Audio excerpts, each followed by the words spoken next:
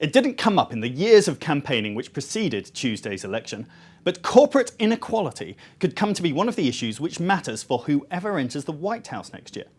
Consider the haves and the have-nots of the business world, and many companies are in worse shape than the aggregates and averages suggest. For instance, judged by the credit markets, corporate America is in rude health. Debt issuance has boomed this year, and the cost for companies to borrow has fallen back after a spike related to the turbulence in bond prices as 2016 began.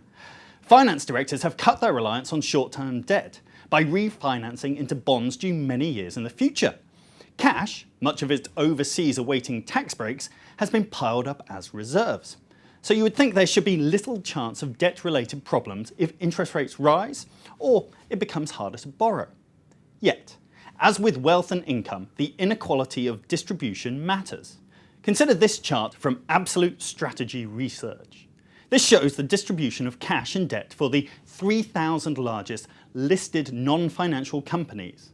The US line, well, it bulges well away from those of the UK, Japan and Europe.